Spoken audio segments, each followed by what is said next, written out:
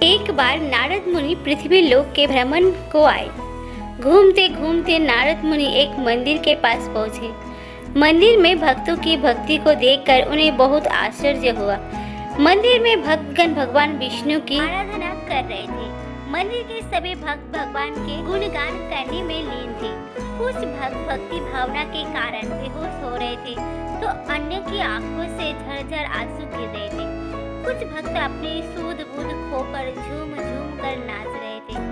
नारद जी को लोगों की भक्ति को देखकर सुखद आश्चर्य हुआ। उन्हें अपनी आंखों पर विश्वास नहीं हुआ कि कलियुग के जमाने में भी लोगों में इतनी पवित्र भक्ति भावना हो सकती है। लोगों की भक्ति भावना से प्रभावित होकर नारद मुनि फौरन भगवान विष्णु के पास पहुँचे और उनसे बोले, प्रभु आप यह स्वर्गलोक में हैं और वहाँ आपको भजते भक्तते भक्तों का बुरा हाल हो रहा है। चलकर कम से कम एक बार उनको अपने दर्शन तो दे दीजिए। नारद मुनि ने भगवान विष्णु से निवेदन। भगवान बोले, मुनिवर, जिन भक्तों की भक्ति आपने देखी है वो मात्र दिखावा है। उनकी भक्ति में ढोंग है, सच्चाई नहीं। भगवान विष्णु ने नारद मुनि को समझाते हुए कहा, नहीं प्रभु, मुझे तो उनकी भक्ति में कोई ढोंग नहीं दिखाई देता है। मैं तो कहता हूँ कि आप एक बार चलकर उन्हें दर्शन अवश्य। नारद मुनि ने फिर विनम्रता निवेदन किया। इस बार नारद मुनि के आग्रह को भगवान विष्णु टाल नहीं सके और बोले, ठीक है, कल मैं उनको दर्शन अवश्य दूंगा, पर उससे पहले मैं उनकी परीक्षा भी लूंगा। भगवान विष्णु ने अपनी बात रखी। दूसरे दिन भगवान विष्णु और नारद मुनि पृथ्वी लोक में आए। मुनिवर, आप भक्तों से जाकर कहे कि गांव के बाहर जो पीपल का पेड़ है उनके नीचे भगवान विष्णु पधारे हैं। भगवान विष्णु ने नारद मुनि से कहा, जैसी आपकी इच्छा प्रभु। ये कहकर नारद मुनि गांव के मंदिर की ओर चल पड़े। मंदिर पहुंचकर नारद मुनि ने देखा कि भक्तगण आज भी भक्ति से ओतप्रोत होते। भक्तगण भगवान विष्णु आपकी भक्ति से प्रभावित होकर आपको दर्शन देना चाहते हैं। अगर आप प्रभु का दर्शन करना चाहते हैं तो फौरन गांव के बाहर वाले पीपल के पेड़ के नीचे पहुंच जाएं। नारद मुनि ने भक्तों को सुनाकर जोर जोर से कहा। भगवान विष्णु की आने की बात सुनकर भक्तों में खुशी की लहर दौड़ गई। वो तुरंत गांव के बाहर पीपल के पेड़ की ओर दौड़ पड़े। नारद मुनि ये दृश्य देखकर बहुत प्रसन्न हुए। भक्तगण अभी कुछ ही दूर गए थे कि उन्हें रास्ते में चांदी के कीमती गहने बिखरे हुए पड़े मिले। चांदी के कीमती गहनों को देखते ही अधिकांश भक्त रुककर उसे बटोरने लगे।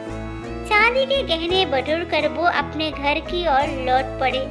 बचे कुछ भक्त अभी भी भगवान के दर्शन के लिए दौड़ रहे थे।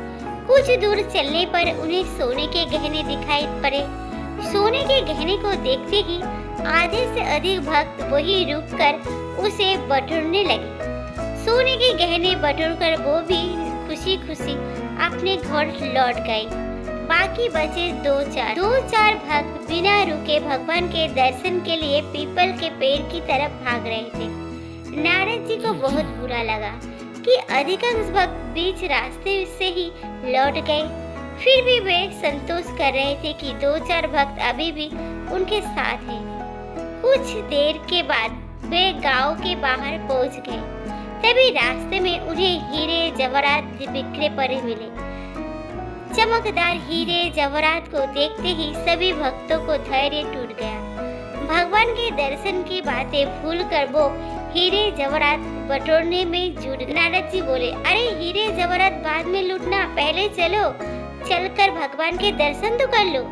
नारद जी ने भक्तों को समझाया, अरे भगवान के दर्शन के चक्कर में ही पहले चांदी और फिर सोने से हाथ गवा बैठे हैं। हीरे जवाहरात रोज रोज थोड़ी ही न मिलते हैं। हीरे जवाहरात छोड़कर हम भगवान के दर्शन की मूर्खता क्यों करें? हीरे जवाहरात बटोरते हुए भक्तों ने एक साथ नारद मुनि से कहा। हार कर नारद जी अकेले ही भगवान विष्णु के पास चल पड़े। नारद जी को अकेला आते देख भगवान विष्णु हंस पड़े। फिर उन्होंने नारद जी को समझाया, मुनिवर, सच्ची भक्ति तो हृदय से होती है। उनके अलावा जो भी भक्ति की जाती है वो मात्र दिखावा ही होता है। जिनके अंदर सच्ची भक्ति होती है उन्हें मैं जरूर दर्शन देता हूँ। मुझे अपनाने के लिए मुझे हृदय से लाना होगा, बाहरी दिखावे से नहीं। भगवान विष्णु की बातें सुनकर नारद मुनि की आंखें खुल गई। उन्हें भी विश्वास हो गया कि सच्ची भक्ति में बाहरी दिखावे की आवश्यकता नहीं होती है। तो दोस्तों, मेरी आज की छोटी सी कहानी आप सबको कैसी लगी? अगर अच्छी लगती हो तो प्लीज़ एक लाइक करें और प्यारा सा कमेंट करें और मेरे चैनल को सब्सक्राइब करना ना भूलिए। देखने के लिए दिल से धन्यवाद।